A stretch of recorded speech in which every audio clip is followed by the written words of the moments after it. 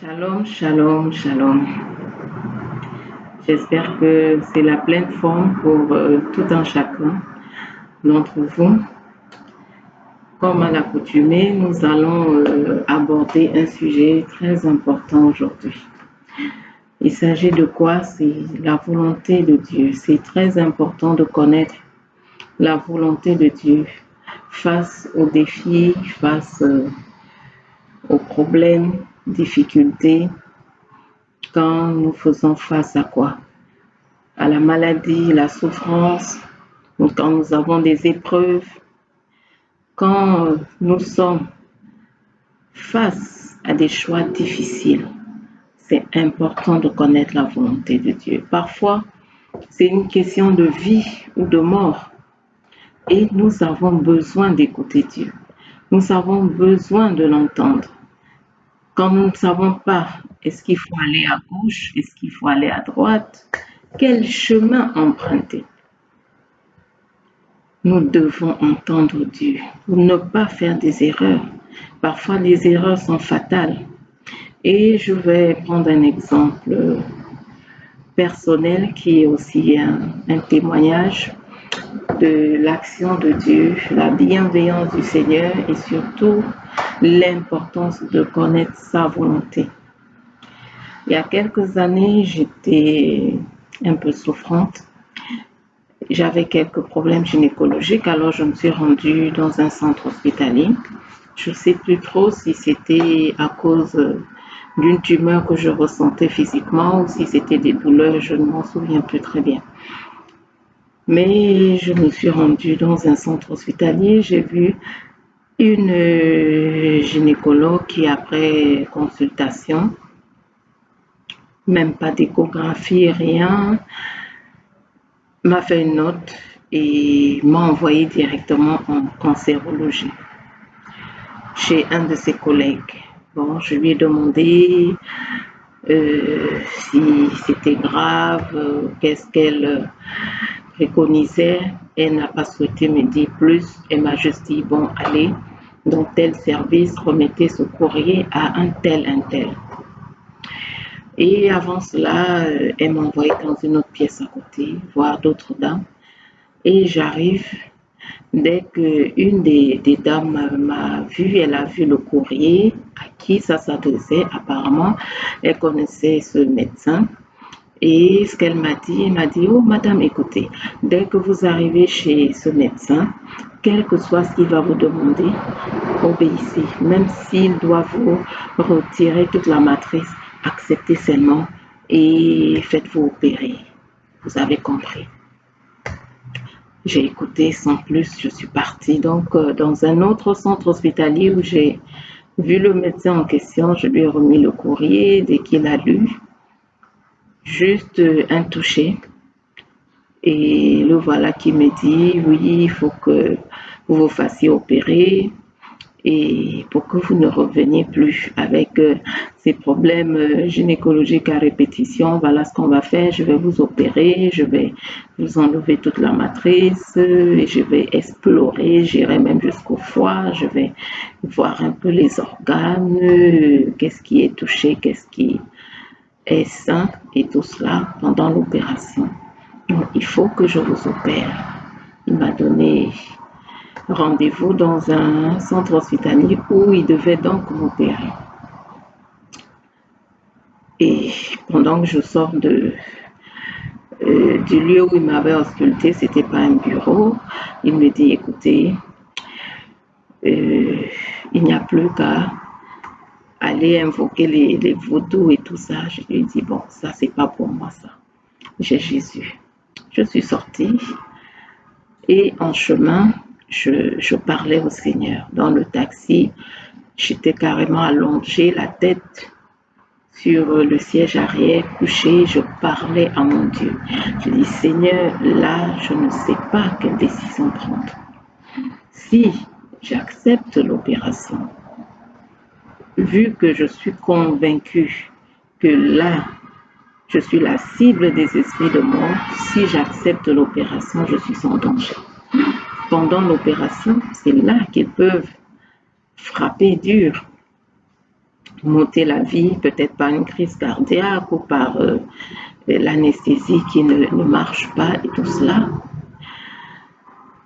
Et de l'autre côté aussi, si je ne me fais pas opérer, le problème peut s'aggraver. On entend régulièrement des gens qui ont laissé traîner des problèmes, surtout quand il s'agit de cancer et tout cela. Et après, c'est quoi? Phase terminale, il n'y a plus rien à faire. J'ai dit, Seigneur, d'un côté comme de l'autre, là, c'est la mort qui m'attend. Qu'est-ce que je dois faire? Qu'est-ce que tu me préconises, Seigneur? J'étais là, couché dans le taxi. Je parlais à mon Dieu. Je ne savais même pas où est-ce que le taxi, à quel niveau il était, parce que d'habitude, je peux regarder un peu l'environnement, mais là, non. Seigneur, qu'est-ce que je fais? Et bon, il me dit, ma fille, cette opération n'est pas pour toi. Dès que j'ai entendu la voix de Dieu, généralement dans l'intercession, je le dis toujours, le plus difficile pour moi, c'est d'entendre Dieu. Le plus difficile. Une fois que j'ai en tête ce qu'il veut, alors là, je sais comment maintenant je peux orienter mes prières. Je sais comment je peux me battre, dans quelle direction je vais. Dès que j'ai entendu le Seigneur me parler, me dire, ma fille, l'opération n'est pas pour toi. Je dis, waouh, Seigneur, merci. Merci. Et directement, j'ai reçu dans le taxi la paix divine, une paix incroyable. J'étais joyeuse. Maintenant, moi qui étais presque abattue, il fallait que j'entende Dieu. Dans quelle direction aller? Là, j'avais la joie. J'étais calme, j'étais paisible. Je suis rentrée donc. J'ai commencé mes prières, les orienter telles que le Seigneur m'avait demandé de faire. Et pour moi, c'était comme si d'autres sujets n'existaient plus. Quand il y a des défis dans vos vies, c'est ce qu'il faut faire. Faites comme si le monde n'existe plus. Personne n'existe autour de vous. Vous êtes là, focalisez sur ce sujet. Focalisez sur ce point de prière. J'étais là, Seigneur. Cette opération, je la rejette. Cette opération, je l'annule. Je refuse. Et je combattais ces esprits de mort. Je combattais ces esprits de maladie. Toutes ces forces qui voulaient m'enlever mon utérus. Toutes ces forces qui voulaient absolument que je passe à une opération. C'est comme ça que j'ai dirigé et orienté mes prières jusqu'à ce que j'ai commencé à voir physiquement la transformation. Moi qui avais alors des problèmes, parfois des douleurs, je crois, et tout ça, je ne ressentais plus toutes ces choses. Et j'ai senti que là, j'ai eu la victoire. J'ai eu la victoire. Et ça fait des années. Lui qui était pressé de m'opérer, il m'a dit, Madame, revenez vite. Il m'a même rappelé des semaines après pour me dire, bon, où en êtes-vous? Je lui ai dit, docteur, je continue à prier, je crois au miracle, je crois que Dieu peut faire quelque chose. Et il m'avait prescrit tellement de comprimés, de fer, des ampoules, parce que comme j'étais totalement anémiée, il fallait me remonter le sang pour qu'il m'opère rapidement, doubler les doses à n'en plus finir.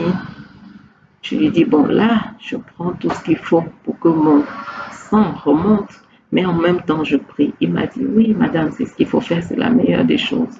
Mais bon, je ne sais pas s'il y croyait trop, mais il m'a dit, bon, je vous attends toujours. Il m'a rappelé. J'ai dit, non, moi, je fais confiance à Dieu. J'ai continué à prier. J'étais là de jour comme de nuit sur ce sujet. De jour comme de nuit, j'étais là, Seigneur, ça, c'est pas ma portion. Seigneur, ça là, non. Je refuse, je rejette, j'annule tout ce qui a été prévu, tout ce qui a été planifié. Ça, je rejette. Et c'est quelque chose de biblique, c'est une direction divine. Qu'est-ce qui nous est dit dans la parole de Dieu? Au psaume 84, le verset 6 nous dit quoi? Heureux les hommes dont la force est en toi. Heureux, dont nous sommes heureux quand notre force est dans le Seigneur, pas dans les hommes, pas pleurnicher, pas commencer à se lamenter, pas commencer à se poser toutes sortes de questions. Si je déprimais, ça allait arranger quelle situation? Rien du tout.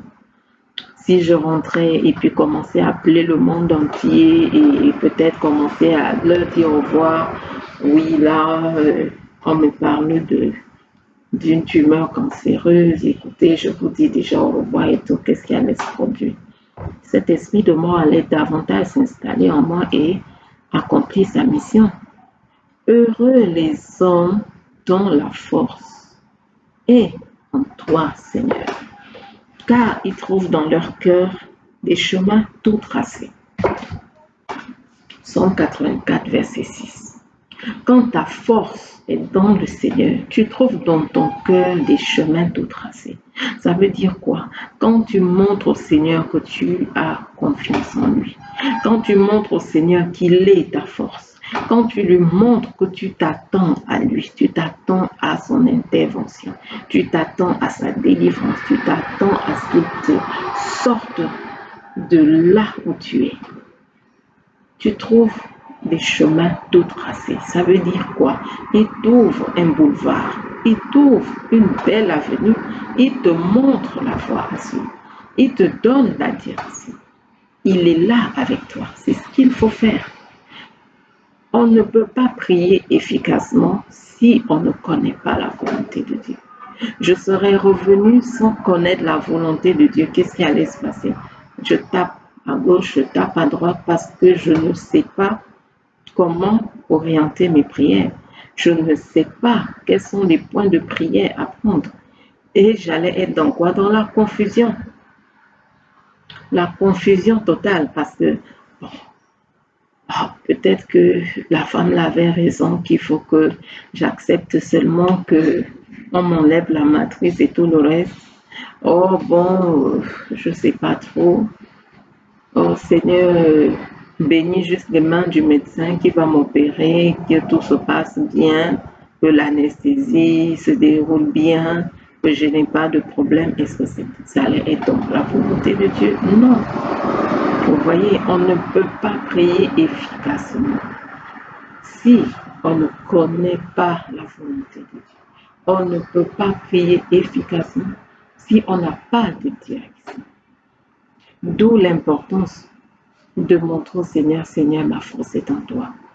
Seigneur, dis-moi quelque chose. Dans toute situation, Dieu a quelque chose à dire. Quel est ton problème? Quelle est ta situation? Tiens-toi devant Dieu. Pour avoir des prières efficaces, tiens-toi devant lui.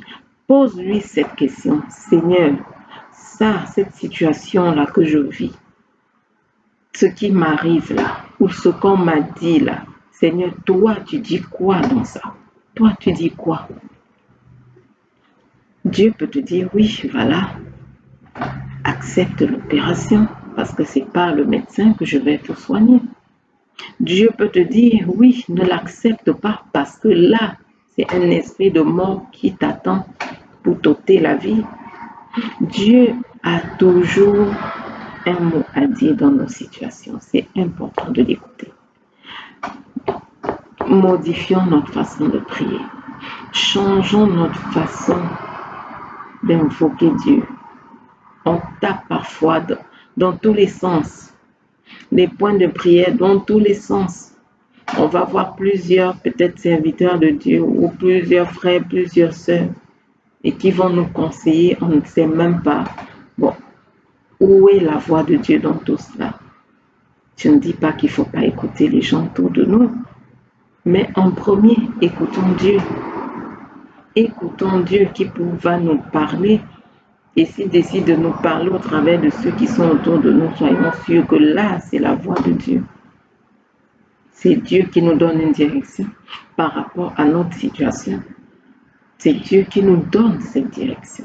Et une fois qu'on a ce réma de Dieu, cette parole prononcée par Dieu, cette parole qui vient de l'Éternel, là, on saura comment prier.